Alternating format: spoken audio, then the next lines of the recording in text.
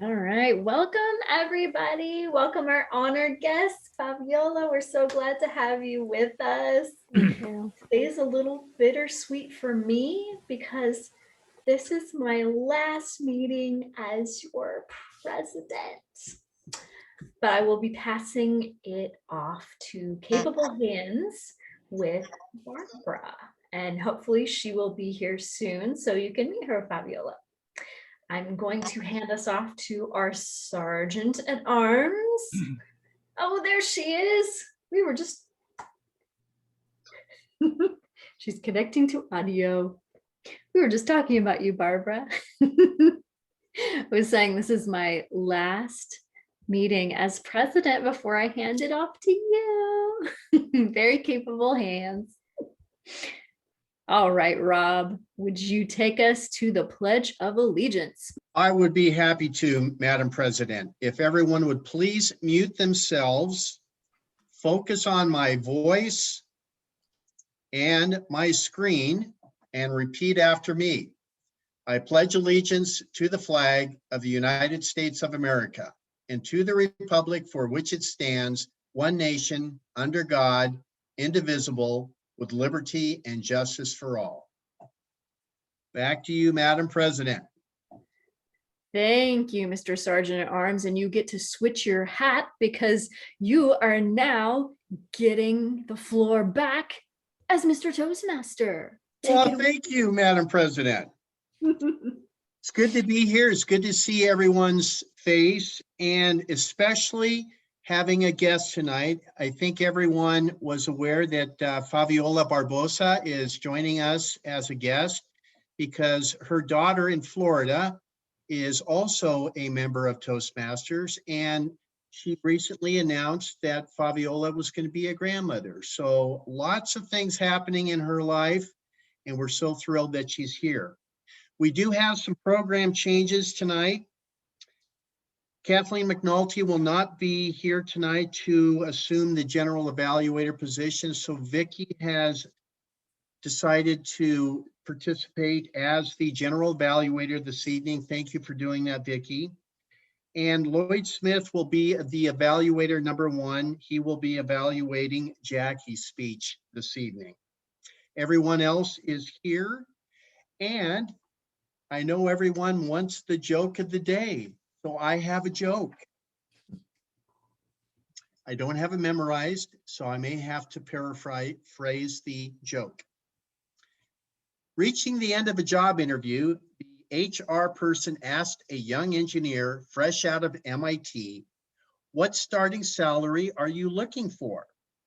The engineer said, "In the neighborhood of $125,000 a year, depending on the benefits package." The HR interviewer said, "Well, what would you say to a package of 5 weeks vacation, 14 paid holidays, full medical and dental, company match up to 50% of your salary, and a company car leased every 2 years? How about a red Corvette?" The engineer sat up straight and said, "Wow, are you kidding?" The interviewer replied, "Yeah, but you started it."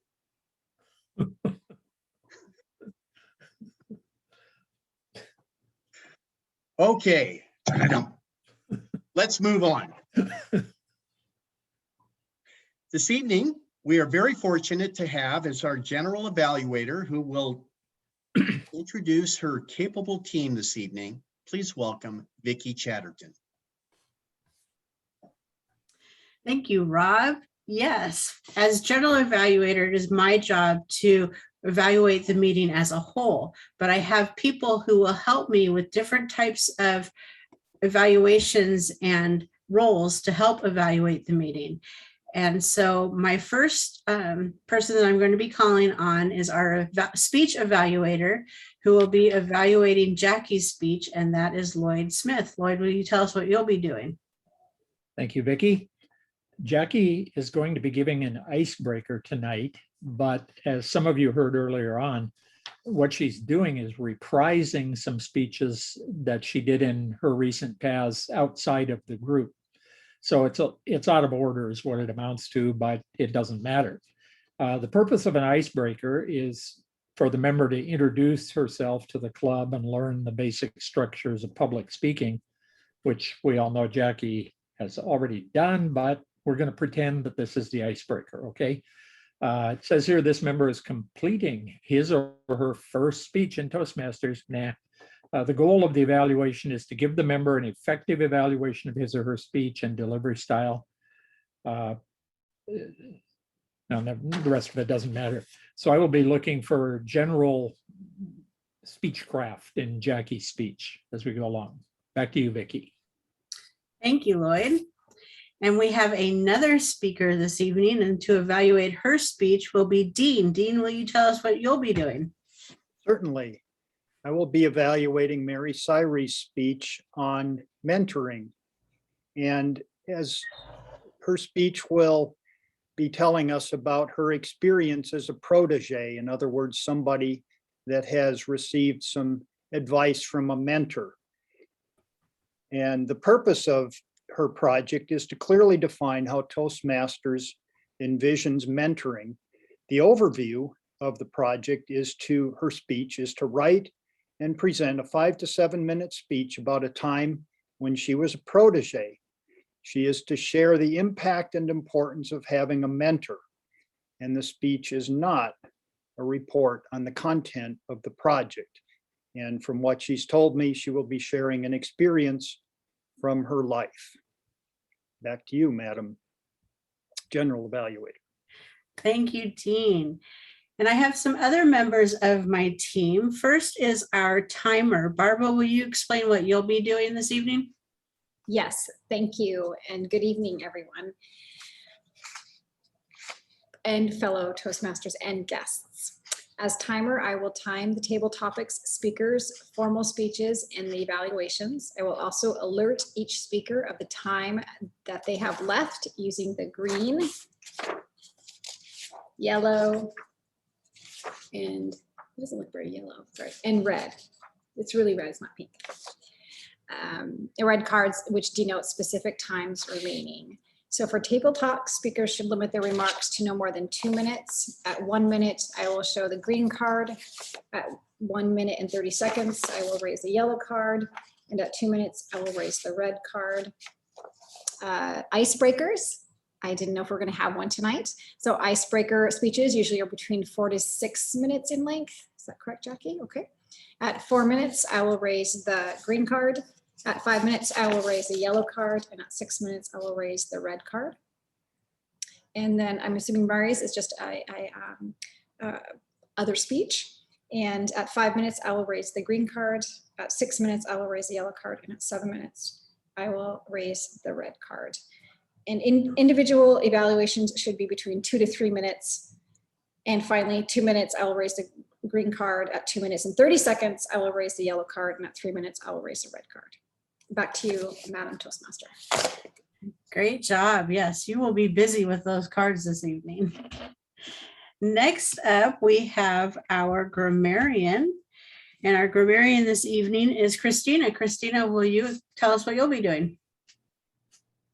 Thank you, Vicki. Yes. This evening, I have 2 tasks. One is to choose a word of the day, which I have posted for you in the chat box. The word is xerothermic. Xerothermic. Adapted to or thriving in a hot, dry environment, or characterized by heat and dryness. To use it in a sentence, the xerothermic grasses that grow naturally are accustomed to the heat that we enjoy in North Central Washington. The other portion of my task this evening is to listen for excellent use of grammar or any egregious use of grammar. I will share my thoughts when called upon to do so. Everyone enjoy using the word xerothermic as many times as you can. Thank you. Thank you very much. And our odd counter this evening is Pat. Pat, will you explain what your role is? I surely will, and I hope that no one will be affected by xerothermic conditions and fall into all of these bloopers that I'll be nitpicking. I'm looking for but, well, so, like, all of these little interruptions that cause the flow of language to be uneven instead of smooth and mellifluous. Thank you. Thank you very much. You have met my team, and we will all be reporting back later in this meeting. At this time, I'm going to pass it back over to our Toastmaster, Rob. Thank you, Madam General Evaluator. Our first speech this evening is a redo of her very first icebreaker speech. I expect this speech to be full of carbs because the title of her speech is Life is Like Spaghetti. Life is like Spaghetti by Jackie Graybill. Jackie Graybill sharing Life is Like Spaghetti. I invite you all to take yourself off mute for a second and finish this phrase with me. Life is like a box of chocolates. You never know what you're going gonna get get. next. Yeah, not everybody's seen Forrest Gump, but that's okay. We'll work on it.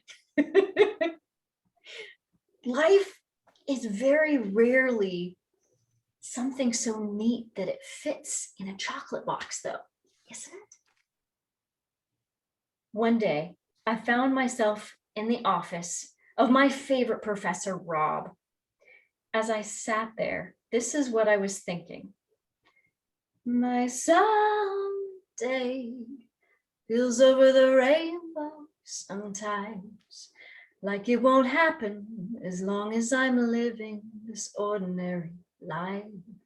Though still I hope to hit that perfect note, show myself I'm not afraid, and I have all it takes to reach my someday. I turned to Rob and I said, how can I reach my someday when I have so many interests I don't know what to focus on? And he said, Jack, because he called me Jack, life is like spaghetti. Throw everything up against the wall and see what sticks.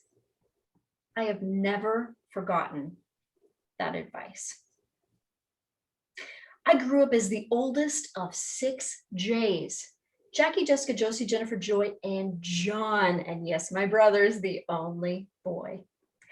Our family was a little non-traditional in that we were all homeschooled. By the time I was 16, I decided I want to graduate, and I started teaching piano lessons. But by the time I was 22 and had 60 students I was teaching every week, I had bought a condo. But I wasn't really fulfilled. I kept thinking, is there anything more to life than this? So I decided at the ripe old age of 22 to begin college. I got my BA in communication studies with an emphasis in journalism and a self-directed minor in film and visual studies. In addition to this, I discovered I had a travel bug, and I spent 1 semester in Italy and 3 weeks in London. That's a lot of spaghetti to throw up against the wall. One day, I was taking a voice lesson from Dr. Glover when she turned to me and she said, Jackie, and she was so serious when she said this, why have you never thought of being involved in the Miss America program? I started laughing. I thought she was joking. She wasn't, though. She was serious. She said, I really feel like this will give you confidence and it will fill in your education. I promised her I would look into it, and I did. Turns out she was right. My favorite part of the program, though, was the platform issue we got to choose, an issue in the community that we cared about.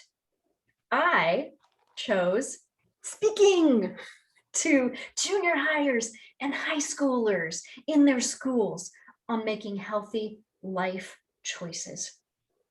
2 years later, I was crowned Miss Puget Sound 2006, and I placed in the top 10 Miss Washington. Woo, lots of fun spaghetti. At the end of my time at university, or uni as they call it in the UK, I did an internship. Actually, I did a handful of internships, but the one that really stuck was acting. I loved it so much that I kept auditioning and getting cast in really fun roles. Until one day I got cast in a role that required me to wear a bikini. So I did what any sane person who is allergic to exercise would do. I signed up for a 5K. And I completed it, and I didn't die.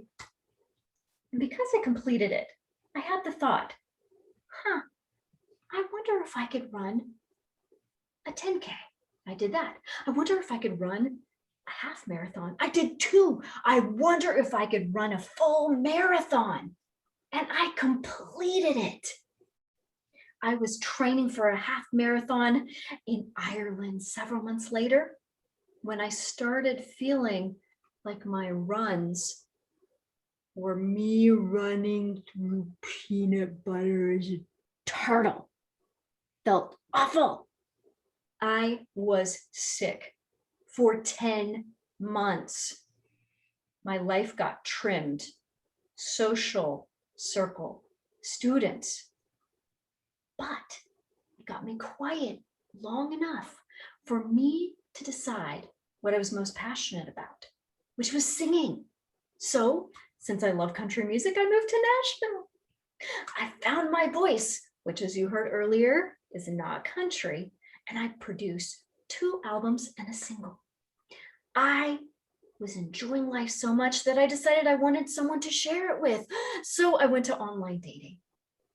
19 months after the day we met, we were in a fairy tale wedding. And 18 months after that, I left him because he was abusive. Now when I look at my wall full of spaghetti, I don't see a mess. I see a portrait full of purpose. My purpose? To help other women like me heal from the abusive relationships they've gone through. So I ask you, what does your wall look like? And what is your portrait of purpose full of spaghetti? Thank you.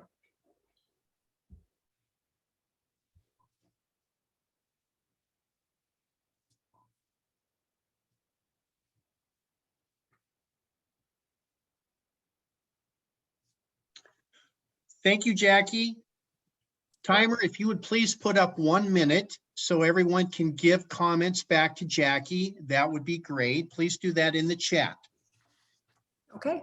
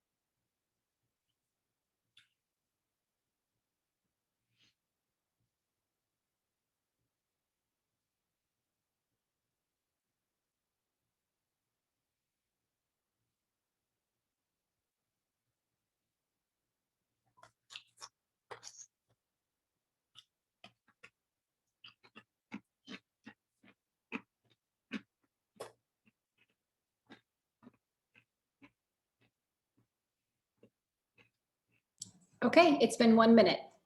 Great, thank you very much. We do have another speech this evening. And I have the pleasure of introducing our next speaker. I believe her intro that she's asked me to give is probably longer than her speech. Here goes. Toastmasters place prime importance on the mentor-protege relationship. The required level 2 speech, Introduction to Toastmasters Mentoring, asks us to share our experience as a protege and to describe the impact having a mentor, what that impact has been on us. Our next speaker, Mary Syrie, will deliver the mentoring speech tonight. The problem is, Mary has never had a mentor. Maybe you haven't either, but everyone has had a special person in their life that shared their life experience and wisdom. Someone who showed us a different way of viewing life. A person who gave us feedback that challenged us and yet was positive and supporting. Mary will recall a time when someone passed through her life and made a difference. Please welcome Mary as she recounts The Summer of '73. The Summer of '73 by Mary Syrie. What were you doing in the summer of your 20th year? Were you on a career path, going after that job that you knew in your heart you were born to do? Had you left home? Maybe you joined the service. Perhaps you married your high school sweetheart and were setting up your own household. Were you home from college, working at your summer job? That's where I was. In the summer of '73, after 2 years of college, I was working at Bellingham Frozen Foods. My job, grading peas. But fellow Toastmasters and honored guests, in the summer of '73, I was a little worried about my future. 2 years earlier, I was brimming with enthusiasm. I was going off to college. I was going to major in music. I loved playing piano, playing clarinet in band, and playing guitar with my folk song group that I had formed. I adored performance.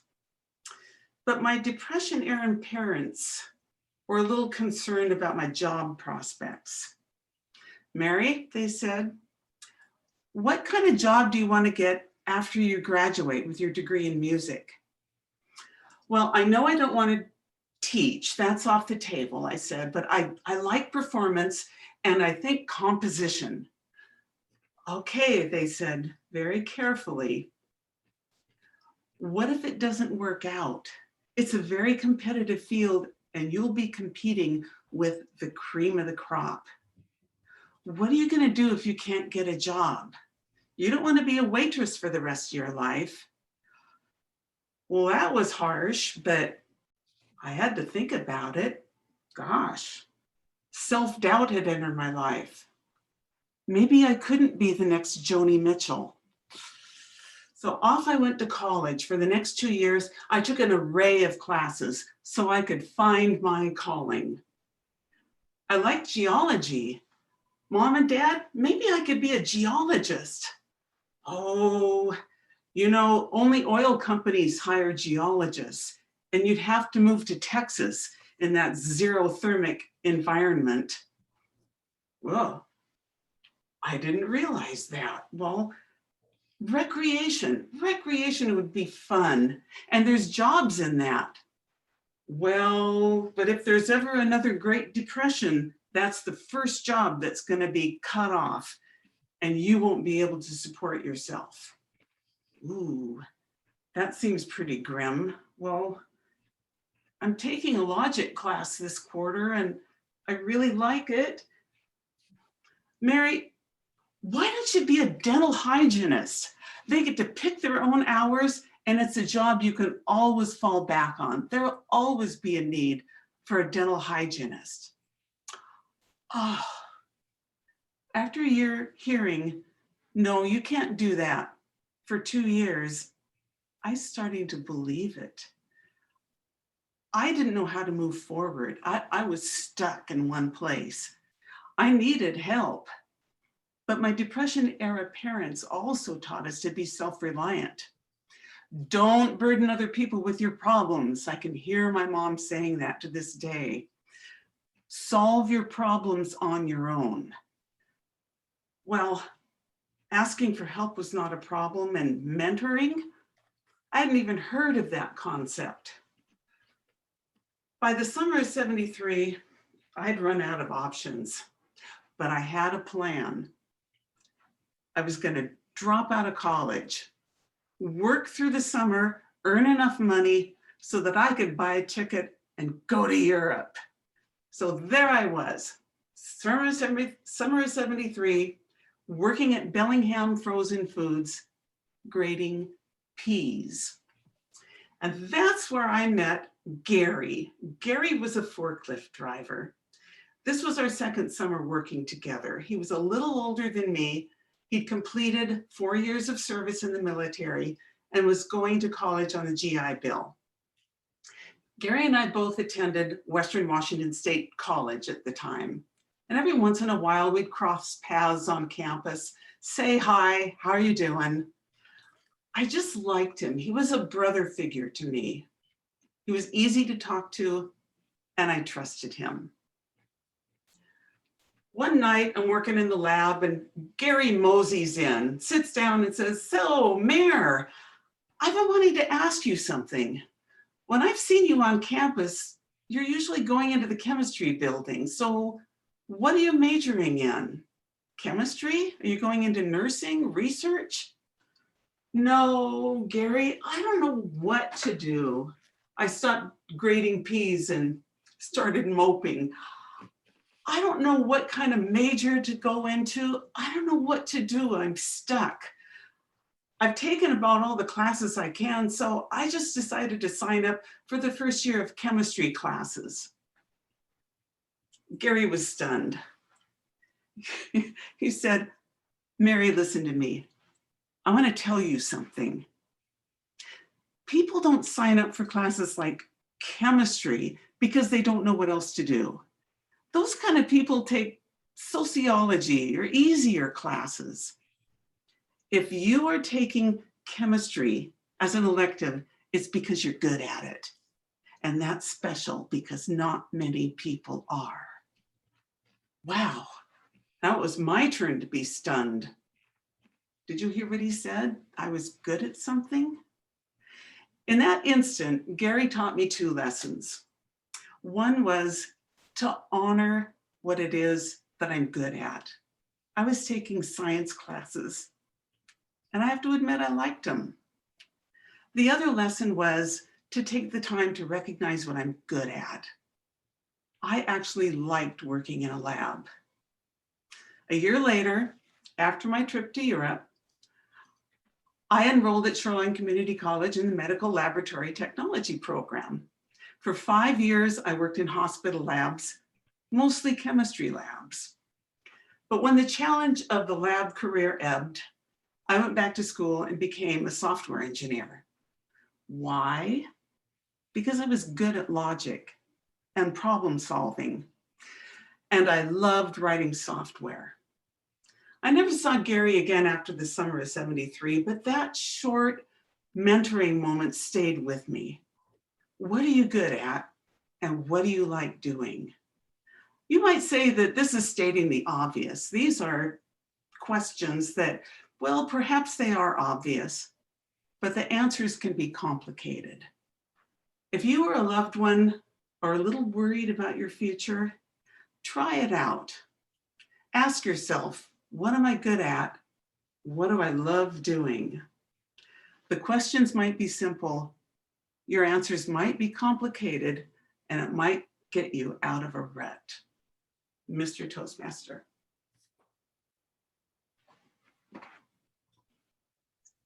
Thank you, Mary. Timer, if you would please give us 1 minute so that everyone can give comments back to Mary in the chat, please. Okay, 1 minute.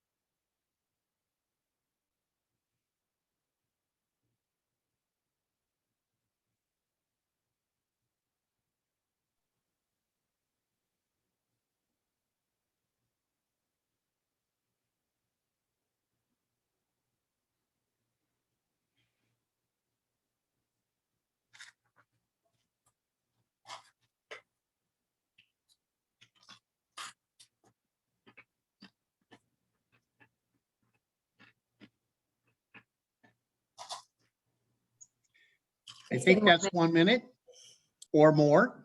Thank you, Madam Timer. We now get to go into our next segment of the meeting this evening, and that is the table topics. And to introduce the table topics is our table topics master. Please welcome Eric Stepper. Thank you, Mr. Toastmaster. Table topics is the time in our meeting when we get to practice extemporaneous speaking on our feet. It is a time where, as table topics master, you try and call on people that haven't had a role or much of a role. Everybody here's got a role, so I'll pick on people that might have a lesser role. When you do table topics, you speak from 1 to 2 minutes, like the timer said, and you try and gather your thoughts and give a succinct answer. If you're really good at it, you'll have a beginning, a body, and a conclusion. But it's just a time when you just try to get comfortable in the silence, comfortable in your own skin, and just deliver some coherent thoughts. I will give some topics on the theme of the day, which is, but it's a dry heat or close.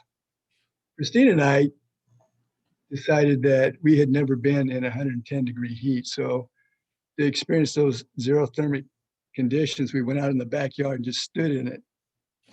And so if you see me leave the screen, it's because I want to experience 113-degree xerothermic conditions. So aside. When Christine and I got married 30 years ago on July 4th, this July 4th, we honeymooned in San Diego. And for that week, the high was 72 and the low was 70, almost every day. It was like a 2 or 3 degree difference. What is your favorite warm weather place? What is your favorite warm weather place, Christina? Thank you. My favorite warm weather place.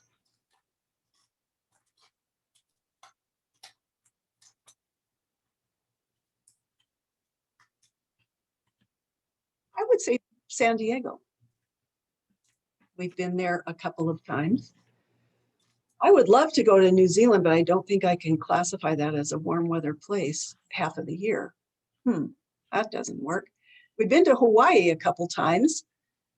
That's not really my thing, especially the 5-hour flight with lots of small children and people, especially coming home. It's okay going over because you're going on vacation, but coming home, you want to keep that Hawaii experience a little longer, and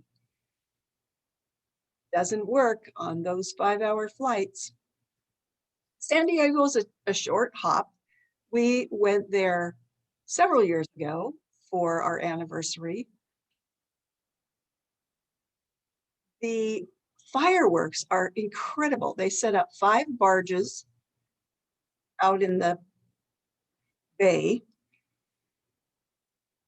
have fireworks going off from all 5 simultaneously set to music. No matter where you are along the bay, you get to see the same show at the same time. It's wonderful. We were positioned where we could see 4 out of the 5 from our perch on a rock pile. It was fantastic. The climate's good. It just is a great place to go. I'm pretty sure that I have hit the 1 minute mark. So I'm going to quit talking now. Go to San Diego. I highly recommend it.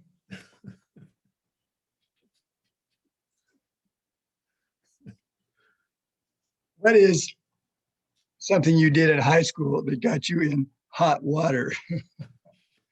What is something you did in high school that got you in hot water, Rob? Thank you, Mr. Toastmaster.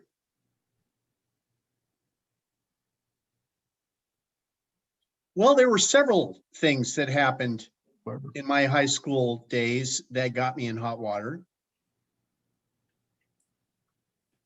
One was after a very successful basketball game that we won, I got in a car with someone who had graduated from high school the year before.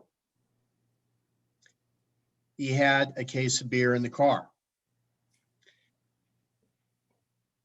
He then got stopped by the local police. Even though neither one of us had a beer, I was kicked off the basketball team. Things like that happen in small towns, especially if your dad is the prosecuting attorney in Douglas County. They have to make an example of you, whether you did anything wrong or not. That wasn't the only occasion that something like that happened. There was another situation where I got in a car and there was a case of beer, and I was with my best friend from Wenatchee and my best friend at Waterville High School. My best friend from Wenatchee, his father was a detective with the Wenatchee Police Department. My best friend from Waterville, his uncle was the Douglas County Sheriff. And of course, my dad was still the prosecuting attorney. That happened when I was a junior and I got kicked off the football team. So I learned one valuable lesson when I was in high school. I never got in a car without making sure there wasn't any beer in the car. And hopefully that's a lesson none of you will ever have to experience. Thank you, Mr. Toastmaster. Table Topics Master. I knew you'd be good for a couple of stories. We've been under COVID quarantine, and now we're under a heat quarantine. Whose idea of a joke is this? What are you doing for recreation now in this heat? What are you doing for recreation now in this heat? Barbara. Christina will take the time. Thank you, Table Topics Master Eric. What am I doing to quarantine in this heat? Well, I'm staying late at work because it's very cool. Unfortunately, or maybe fortunately, I recently moved into 280 square feet with 3 dogs and my husband in a very xerothermic area of Wenatchee.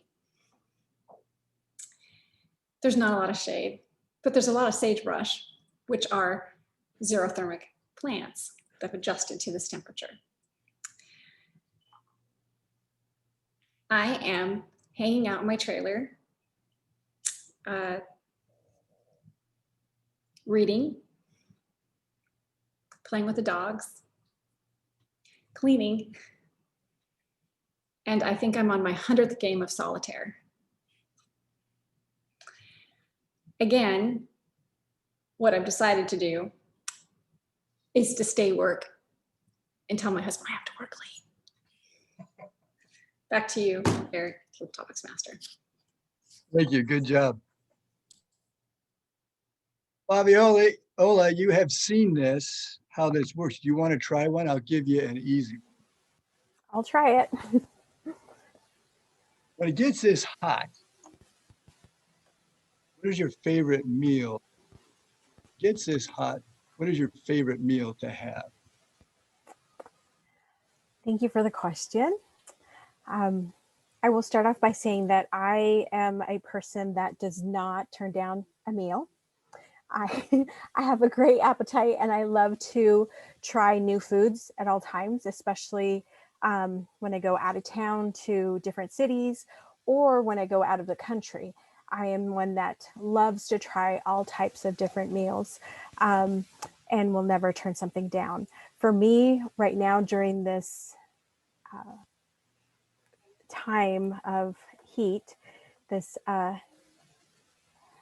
my favorite meal I would say is watermelon because it's very refreshing. It keeps you hydrated, and you can have it straight out of the refrigerator, or you can have it room temperature, and it still has a very comforting and uh, it meets your needs with heat as it is. So I would highly recommend, and I usually buy a watermelon, I would say 1 or 2 of them per week at Costco and keep them around my house at all times. So, thank you. Good job. Good job. Like I said, my wife and I went out in the backyard to experience the hottest we've ever experienced. What's the hottest temperature you've ever been in, and what were the circumstances? Pat?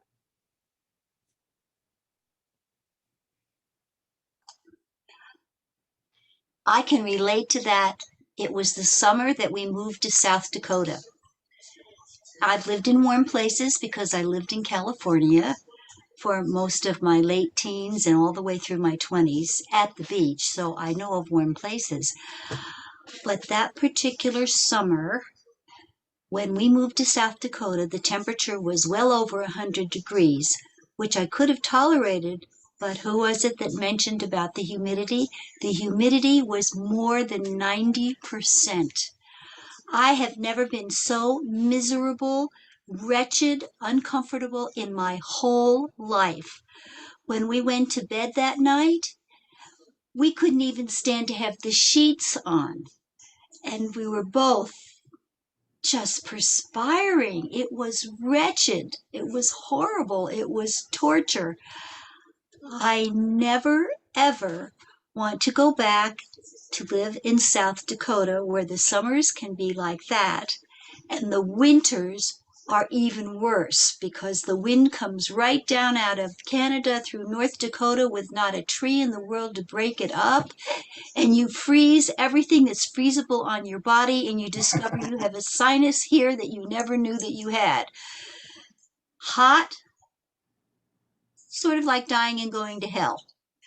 Cold, same thing. Nice people, horrible climate. Ain't gonna go there anymore. Thank you. Good job, Pat. I'm glad we gave you this opportunity to get that off your chest. It sounded like needed to do that. Great job, guys. Awesome. This is a lot of fun. Back over to the Toastmaster, Rob. Thank you very much, Table Topics Master. Those were great questions and great answers. That was a lot of fun. We're going to turn the meeting over to our general evaluator. Please welcome back Vicki Chatterton. Thank you so much, Rob. First, I am going to call on our speech evaluators. And first up is Lloyd giving his evaluation of Jackie's speech. Lloyd, go right ahead. Thank you, Vicki. Fabiola, in Toastmasters, there are no grades or pass fail or anything like that. What this is going to be is my personal opinion about Jackie's speech. And of course, it's up to her to decide whether or not to make use of what I have to say. Jackie, this was a very good speech. There's no doubt about that. Of course, it was kind of a reverse icebreaker in a way because you're doing it at the end as opposed to the beginning. The form asked me to talk about what you excelled at. There were 4 things I thought you excelled at. One of them was the use of the Zoom box. You were very careful to keep everything inside the box. You didn't wander out of it. All of your gestures were up in the Zoom box. That's hard to do. I mean, almost all of us have failed at that at one time or another, gotten half out of the frame or something. And we're in the age of Zoom, so that's a very valuable thing. Your eye contact, gestures, that kind of movement, that kind of thing were all extremely good. You kept the cameras up at roughly your eye level, so you didn't have that Frankenstein look with it looking up at you or down on you. The camera in general loves you, which is really a priceless skill to have because many of us do not share that, that trait. I thought your vocal variety was quite good for most of the speech, although I've got something to say about that in the things you might want to work on in a bit. Finally, the speech concept itself was really well done because you used spaghetti in two senses. One of them was the sense of confusion and disorganization and whatnot in your life. The other one was the image of throwing it at the wall, which revealed the purpose of your life to you as opposed to just a mess. This would not be a bad concept for your second contest speech, by the way. I was thinking about that as you were doing it. Now, what might you want to work on? The part of the speech where you sang was a mixed bag. Luckily, you know how to sing and you sound good when you're doing it. Most of us also do not share that skill. But that song was a very large percentage of the speech. And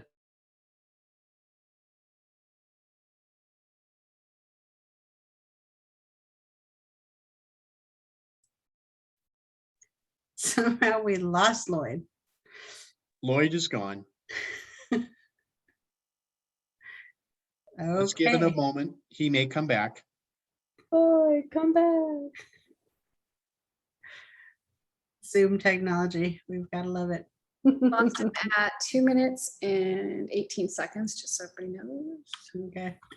I hate it when we lose Lloyd. Action. Okay. Say I though, think- it's not a bad timing. Usually when I get my screen freezes, I'm in mid talk and look ridiculous. We're studious. Okay, he's dropped off. So we're going to go ahead and move on to our second speaker evaluation. Dean.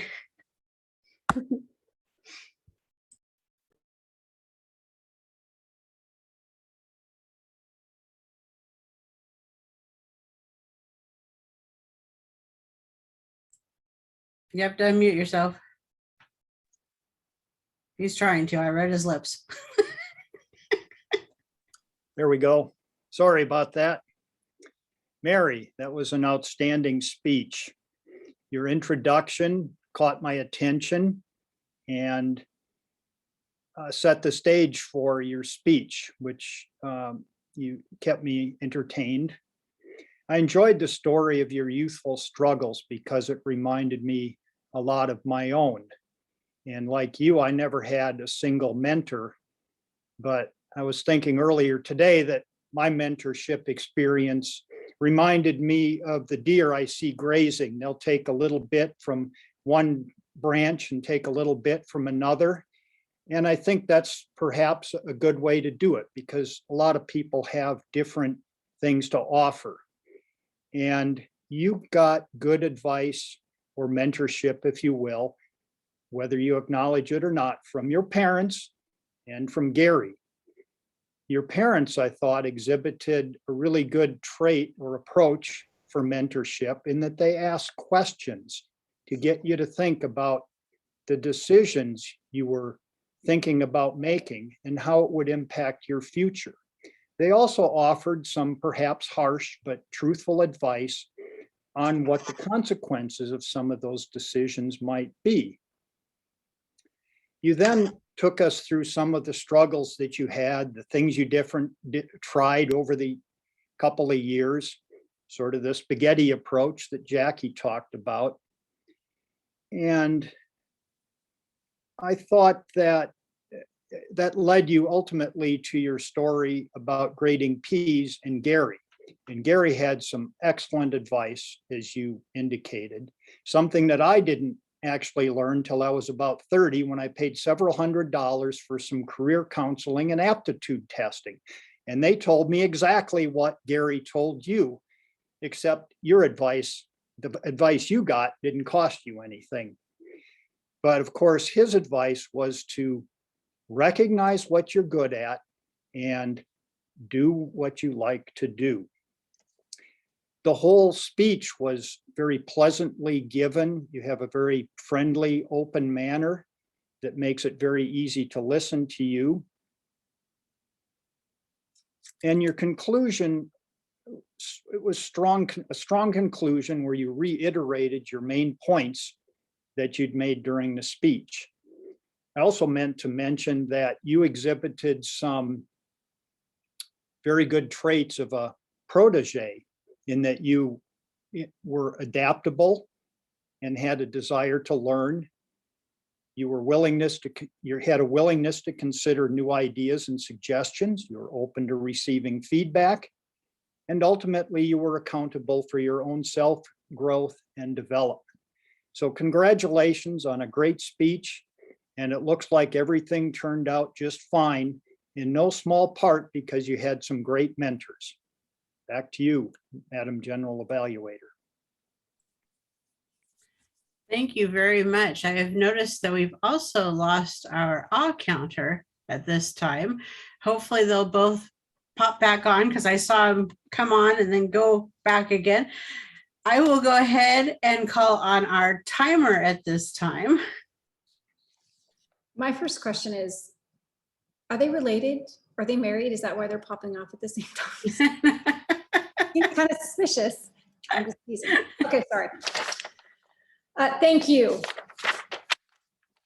Tonight's timer, I will say this is my first time being the timer. So, Jackie, I timed you at 7 minutes exactly. Mary, I timed you at about almost 8 exactly, maybe a little 8:01. Is that what you got? For table topics, Christina, I was so engrossed in your table topics answer that I didn't time you. And when you said, I guess that's the time, I guess that's been at least 2 minutes. I was like, yeah, who's timing? Rob, I timed you at 2 minutes and 25 seconds. I was 1 minute and 10 seconds. Fabiola, great job for your first time. That was awesome. 1 minute and 12 seconds. My first one, I don't think I even got over 30 seconds. I was so quick. So Patricia, 1 minute and 32 seconds. For our prepared speeches, I already gave that, excuse me. For our evaluators, Lloyd, we lost Lloyd at 2 minutes and 18 seconds. And Dean, 3 minutes and 8 seconds. So overall, everyone did an incredible job. And thank you for giving me the opportunity to be your timer tonight. Back to you, General Evaluator. Thank you very much. Next is our grammarian, Christina. Christina, will you let us know how we did? Yes, thank you. With regard to the word of the day, Pat used it once, Mary once, Eric once, Barbara twice. Good job, everyone. That's a word that we'll be able to use repeatedly over the course of the next several weeks based on the weather forecast. Xerothermic. Throw that around with your friends at work. Impress them, your vocabulary. As far as grammar, Barbara, I like the word denotes. Pat, mellifluous. Great word. Jackie, that's a lot of spaghetti to throw against the wall. And portrait full of purpose. That sounds nice in the mouth. Say it. Speaking of, Mary, Depression era parents. Great phrase. I also liked array of classes. Fabiola, I love considering watermelon as comforting. Going to keep that one in mind. Pat used the word wretched a couple of times and the phrase nice people, horrible climate. Dean, I liked the phrase exhibited traits of a protege. I like the word protege, that's a good word. I didn't catch any egregious uses of the English language this evening. Everyone did a good job on that. Congratulations. Thank you all for participating and such great use of the language. Back to you, Madam General Evaluator. Thank you so much. For the meeting as a whole, I like that we were able to jump in roles that needed to be filled. Our evaluators, Dean and Lloyd, were able to give great feedback as to what worked and then gave some tips as to maybe what could work better. That's always great to hear, because sometimes it sticks and sometimes it doesn't. It's just what works for the speaker as they're doing that. Great speeches. And Barbara, don't feel bad about the timing, especially when it's your first. It's one of those duties that can be very difficult because we get so engrossed in what people are saying. And myself, as a seasoned Toastmaster, have been listening to a speech and been so into it that I have forgotten to start the timer or forget what I'm doing. So it's happened to the best of us. And Christina always spot on as far as getting a word of the day that's one that increases our vocabulary, and then picking out key phrases that people will want to use again within their speaking. Eric, great job at our table topics. They were fun and engaging. And at this time, I'm going to turn it back over to our general evaluator. Is that her or not? Our president? Is that who I send it to? Who do I send it to? Tell me who I send the meeting back to. You can send it to me. Okay, I send it back to Jackie. For the last time as president. Thank you so much, Vicki. And thank you, everyone. I'm so sad we lost Lloyd and Pat. If they come in the next 2 minutes, we can maybe get a quick update from them. But should we send votes for speaker of the evening? All right, cool. Do we send them to you, Rob? We'll send them to Rob. So You send them to me. what you do is you just click the chat button on Rob's picture, which is the 3 dots, and then you click chat for Rob, and then you just send who you felt was the one of the speakers that you most enjoyed. While you do that, yes, Chris, Eric, did you have something to say, or were you trying to shoo something away? I don't know. Fabiola, do you have any questions for us? No, this has been great. I've really enjoyed being a part of this, and I hope that I can continue to join you every Monday evening and learn from all of you. If you want to drop your email in the chat, we can then send you out more information. We would be happy to do that. And I would hope that you join. I like to tell prospective members that Toastmasters is the single best thing I ever did for my personal and professional development. I can't speak highly enough about it.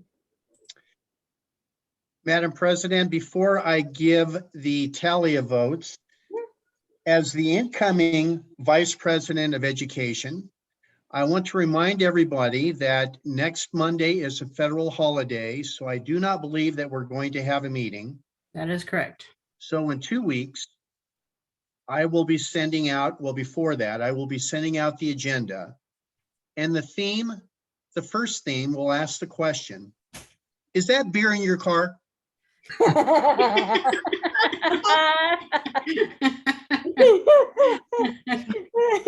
That's amazing, Rob. Well, I know it isn't, because I'm not a beer person. Don't tell anyone. I'll The say we're votes- friends with Rob Tidd over there on City Council, so.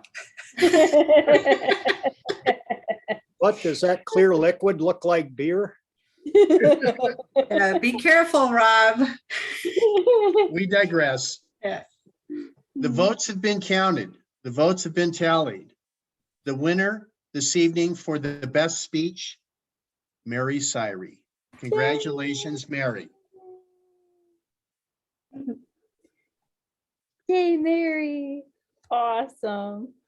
It With had that- to be close. Jackie's was so good. They were both Aw. very good. Tough choice tonight. It was a close race, trust me. Fabiola, one of the things that Toastmasters is good at is pairing you with a mentor, and Mary is my mentor. So I've learned a lot from her. Oh, thank you. If anyone else has something to say, now is the time. Otherwise, we will close out and see you in 2 weeks. Hey, guys. Bye.